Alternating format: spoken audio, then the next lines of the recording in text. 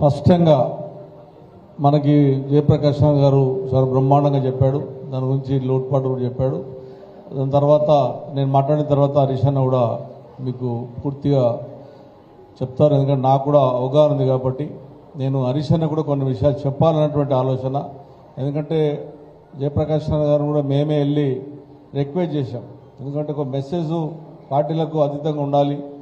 ఇది ప్రజా సమస్యలని పరిష్కరించాలంటే ఒక పార్టీకి కాదు, అన్ని పార్టీలు ఇన్వాల్వ్ కావాలన్నటువంటి ఆలోచన అందరికీ నేను రిక్వెస్ట్ చేశాను. ఎందుకంటే నన్ను గెలిపించిన ప్రజలకు అన్యాయం జరిగితే ఊకునే మాధవరం గాడు కాబట్టి అందరు కలపాల్సిన నాకుంది అన్న. ఒకటి, కుకట్పల్లి కాన్ఫరెన్స్లో 22A అనేటటువంటిది ఏదో నిన్న మొన్న పెట్టింది కాదన్న. ఇది నేను జనవరి నుంచి ముఖ్యమంత్రి గారు నల్లజరుకు వచ్చినప్పుడు నేను అడిగాను, సార్ నువ్వు ఇట్లా ఉందని లెటర్ ఇచ్చాను. మళ్ళా 3వ నెల పొగిరెడ్డి శ్రీనివాసరెడ్డి గారు మా కైతలాపూర్కి వచ్చినప్పుడు కూడా ఓపెనింగ్కి వచ్చినప్పుడు ఆ రోజు ఇదే మా వసంత నగర్ కానీ, మా సిబిసిఐడి కాలనీ కానీ, ఎన్ఆర్ఐ కాలనీ కానీ, భగత్ సింగ్ నగర్ కాలనీ కానీ, సత్యనారాయణ స్వామి కానీ, సర్దార్ పటేల్ నగర్ కానీ, సాయినగర్ కాలనీలో ఇబ్బందులు ఉన్నాయి. ఇవి ఎప్పుడో 50 సంవత్సరాల నుంచి కొనుక్కున్నటువంటి కట్టుకున్నటువంటి ల్యాండ్లలో 22A పెట్టారు. దీన్ని పరిష్కరించిపోయి ఆ రోజు అడిగారు. మొన్న ముఖ్యమంత్రి గారు హౌసింగ్ బోర్డుకి వచ్చినప్పుడు కూడా నేను, ముఖ్యమంత్రి గారు, రెవెన్యూ మినిస్టర్ గారు ఇద్దరు కూర్చున్నప్పుడు మళ్ళా కూడా దాని మీద నేను అడిగాను. వెంబడే ముఖ్యమంత్రి గారు, రెవెన్యూ మంత్రి గారు స్పందించారు. దాని తర్వాత చూస్తే మా సైబర్ సిటీ అని ఉంటుంది అన్నమాట మా దగ్గర ముషాపేటలో. మసూద్ రెడ్డి గారు వచ్చారు దాని ప్రెసిడెంట్. సుమారుగా 10,000 ఫ్లాట్స్ ఉంటాయి, 5,000 ఫ్లాట్స్ ఉంటాయి, 10,000 పాపులేషన్ ఉంటుంది. దాన్ని కూడా 22లో పెట్టేశారు. ఇది పైగా ల్యాండ్ అనుకున్నా మరి దాన్ని పెట్టారు. ముషాపేటలో ఏదైతే ముషాపేట గ్రామానికి ఉన్నటువంటి ల్యాండ్లన్నీ 22లో పెట్టారు. సరే, అది దాని తర్వాత తెలిసి మళ్ళీ వచ్చి నాకు బేగంపేటలో వచ్చేసారు. సార్ మావి కూడా 50 ఏళ్ళ మేము మా ఇళ్ళల్లో ఉన్నాం, మావి 22 పెట్టారు. అంటే కాన్స్టిట్యున్సీ మొత్తంలో 22 అంటే చాలా మందికి అర్థం కాలేదు. ఇది మనం చెప్పిన తర్వాత మీరందరూ అక్కడక్కడ మీరు మాట్లాడిన మాటలని ఇది గవర్నమెంట్ ల్యాండ్ కింద డిక్లేర్ చేసింది అని చెప్పిన తర్వాత ప్రజలకు ఒక అవగాహన ఏర్పడింది. 2 అన్న, గతంలో మనం పరిపాలించినప్పుడు నేను ఎమ్మెల్యే అయిన తర్వాత మా వాళ్ళు కూడా చాలామంది తెలుసు, కేపీబీ కాలనీలో సుమారుగా 40-50 ఎకరాల ల్యాండు, కేపీబీ కాలనీకి సంబంధించిన ల్యాండు ప్రజలకు అంకితం చేపించినాను. నేను ప్రజలకు అంకితం చేశాను. ఉదాహరణకు ఫస్ట్ ఫేజ్, సెకండ్ ఫేజ్లో ఉన్న 3 ఎకరాల ల్యాండ్ హౌసింగ్ బోర్డు వాళ్ళు అన్న మేము అమ్ముకుంటాము అంటే దాన్ని కోర్టు ద్వారా పరిష్కరించి పార్కుకు కేటాయించి 3 ఎకరాల ల్యాండ్ ప్రజలకు అందుబాటులో తీసుకొచ్చాను. 3వ ఫేజ్లో 3 ఎకరాల ల్యాండ్ దాన్ని అమ్మ ప్రయత్నం చేస్తే దానికి కేటీ రామారావు గారి నాయకత్వంలో వెళ్ళి 3 ఎకరాల ల్యాండ్ దాన్ని మహిళా పార్క్ అని పేరు పెట్టి దాన్ని కూడా పార్కును డెవలప్ చేసి ప్రజలకు అంకితం చేశాను. 9th ఫేజ్లో అది కమర్షియల్ పెట్టాను. అది ఇవాళ అమ్ముకుంటే 500 కోట్లు వస్తాయి. ఇవాళ అమ్ముతే కేటీ రామారావు గారు శ్రీనివాసారెడ్డికి ఏదో పని మీద వస్తే ఇది ఏంటన్నా ఈ ల్యాండ్ అంటే ఇట్లా అమ్ముతున్నారు హౌసింగ్ బోర్డు అంటే 24 గంటల జీవో ఇచ్చి పార్కుకు అలాట్మెంట్ చేసిండన్న. ఈ రోజున వసంత నగర్ ఇవన్నీ కాలనీలు, దీని పక్కకు ఉన్నటువంటి ఏవైతే ఇదే ఇండ్లు కాకుండా పక్క దుర్గామాత కానీ పక్కకు చిన్న ఐడిపిఎల్ ఎంప్లాయీస్ ఇండ్లు కొనుక్కున్నారు. ఎప్పుడు వాళ్ళు ఎప్పటి నుంచో పోరాడుతున్నారు, వాళ్ళ ఎంబడి మేము పోరాడుతూ ఉన్నాం. ఎన్ఆర్ఎస్ఐ కాలనీ, సిబిసిఐడి కాలనీ, ఏదైతే వసంత నగర్ కాలనీ, ఈ కాలనీలన్నీ కూడా 50-60 ఏళ్ళ ముందు పుట్టినటువంటి కాలనీలు, వాళ్ళ ఐడిపిఎల్ ఎంప్లాయీస్.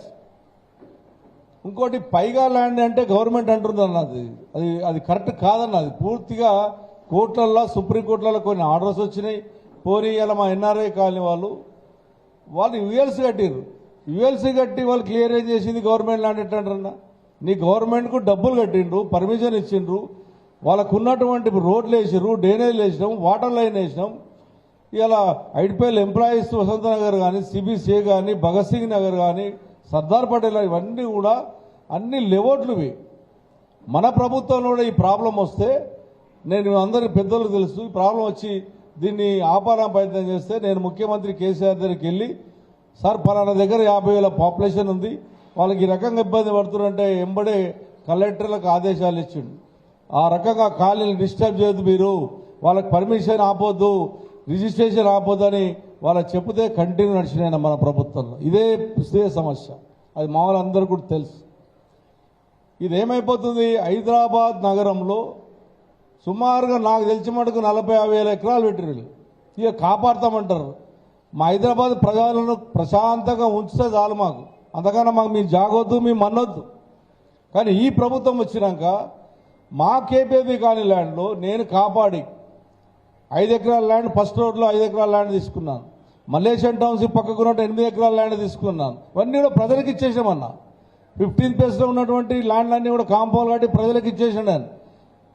10% ల్యాండ్ ఇవాళ హౌసింగ్ బోర్డు ఇవ్వకుండా ఇవాళ సుమారుగా ఈ గవర్నమెంట్ 2 ఏళ్లలో వచ్చిన తర్వాత కేబీబీ కాలనీలో 1,000 నుంచి 2,000 కోట్ల రూపాయలకు అమ్మకానికి పెట్టింది పెడుతుంది అమ్ముతుంది మళ్ళీ 2వ తారీఖు కూడా ఉంది ఎమ్యూనిటీస్ ల్యాండ్స్ అన్ని కూడా ఈ రోజున కూడిపేల కేబీబీ కాలనీలో పెట్రోల్ పంపు విషయంలో కానివ్వండి లేకపోతే కూరగాయల మార్కెట్ విషయంలో కానివ్వండి ఫిష్ మార్కెట్ పక్కకు ఉన్నటువంటి ల్యాండ్లే కానివ్వండి ఎక్కడ అమ్మేస్తుంది ఇక దానికి అద్దుపద్దు లేదు మొన్న సీఎం గారు వచ్చి ఇనాగ్రేషన్ కొబ్బరికాయ కొట్టినటువంటి ఇందిరమ్మ ఇండ్లదన్న 11 ఎకరాల ల్యాండ్ హైకోర్టులో గవర్నమెంట్ ఓడిపోయింది ఆ రోజున ఓడిపోతే ముఖ్యమంత్రి గారి దగ్గరికి వెళ్ళి కేసీఆర్ దగ్గరికి వెళ్ళి 11 ఎకరాల ల్యాండ్ కబ్జా పాలైపోతుందంటే సుప్రీంకోర్టు మనం వెళ్ళి గెలిపించి హౌసింగ్ బోర్డుకి హ్యాండ్ చేసింది ఇలా మన కొబ్బరికాయ కొట్టిపోయాడు ముఖ్యమంత్రి గారు కాబట్టి నేను పేపర్స్ రేపేయమంటే ఇస్తాను హైకోర్టులో ఓడిపోయింది హౌసింగ్ బోర్డు దాన్ని సుప్రీంకోర్టులో మనం వేసి గెలిపించి 11 ఎకరాలు తీసుకొచ్చి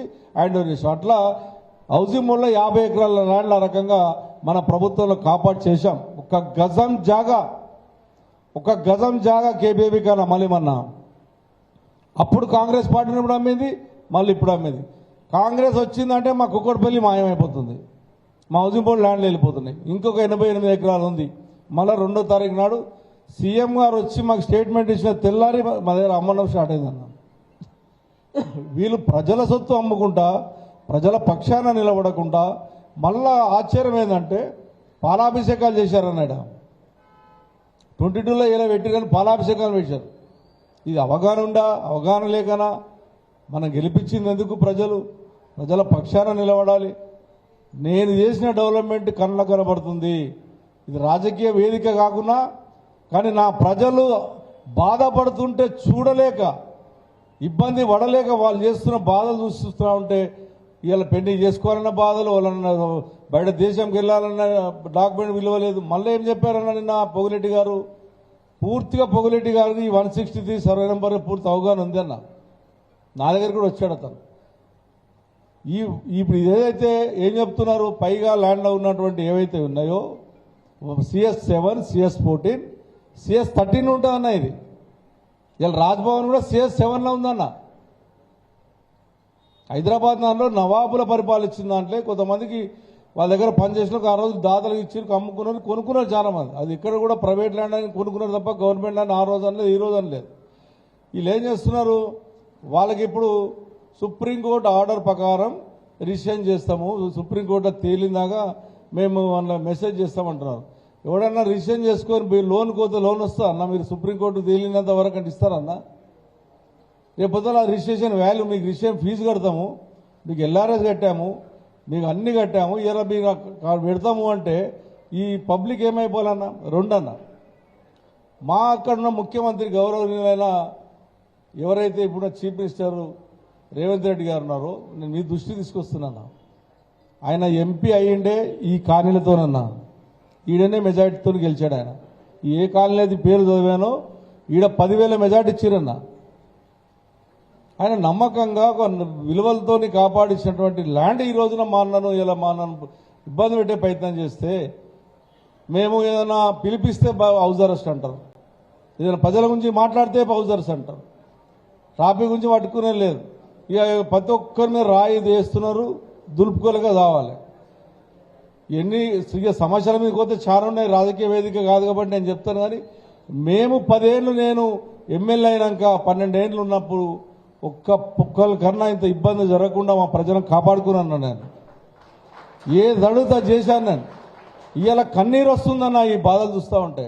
నన్ను ఇనాగ్రేషన్ చేయనిట్లేదు, మన బడ్జెట్ ఇస్తలేరు, డ్రైనేజ్ ఇస్తలేరు, పార్కులలో కనీసం పనులు కానిస్తలేరు, మా ల్యాండ్లను అమ్మేస్తుర్రు. ఆఖరికి మన బ్రిడ్జులు వేసినామన్నా, బ్రిడ్జులు వేస్తే బ్రిడ్జుల కింద కూడా కిరాయికి ఇచ్చారన్న. మేమేమో పార్కింగ్ అని వదిలిపెడితే బ్రిడ్జుల కింద కూడా పార్కింగ్ ఇచ్చారు, అది కూడా వసూలు చేస్తున్నారు పైసలు. ఇంకెక్కడ పోవాలి మా వాళ్ళు? హైదరాబాద్ పరిస్థితి ఏంటి?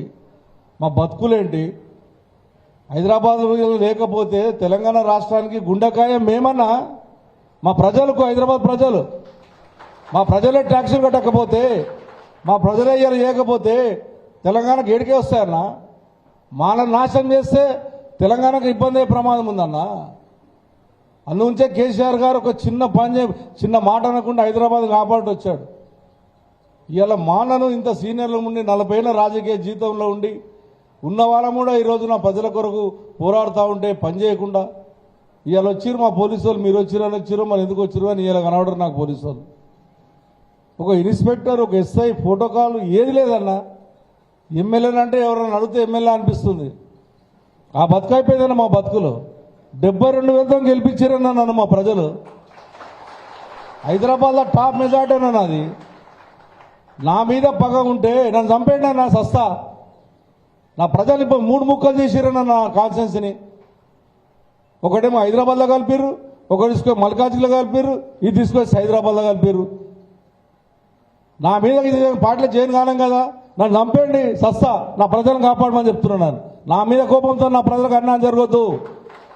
ఇది గిట మీరు తీయకపోతే నేను ముఖ్యమంత్రి రిక్వెస్ట్ చెప్తా ఉన్నాను.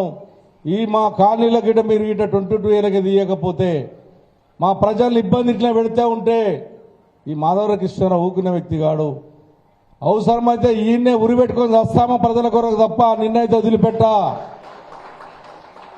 మీరు ఏదైతే మీరు మాట్లాడుతున్నారో, ఏదైతే నిన్న మా మంత్రి గారు మాట్లాడారో, హైదరాబాద్ నగరంలో టీఆర్ఎస్ పార్టీ ప్రభుత్వ పరంగా మేమేం చేశామో, మీరేం చేశారో, ఏదైతే మీ పార్టీ గతంలో ఉన్నప్పుడు ఎన్ని ల్యాండ్ అమ్ముకుందో, మేము వచ్చిన తర్వాత పైగా ల్యాండ్ గతం జాగమలే. మనం ఎవరిని బాధ పెట్టలేం, మనం గవర్నమెంట్ ల్యాండ్లను బాధ పెట్టలేం.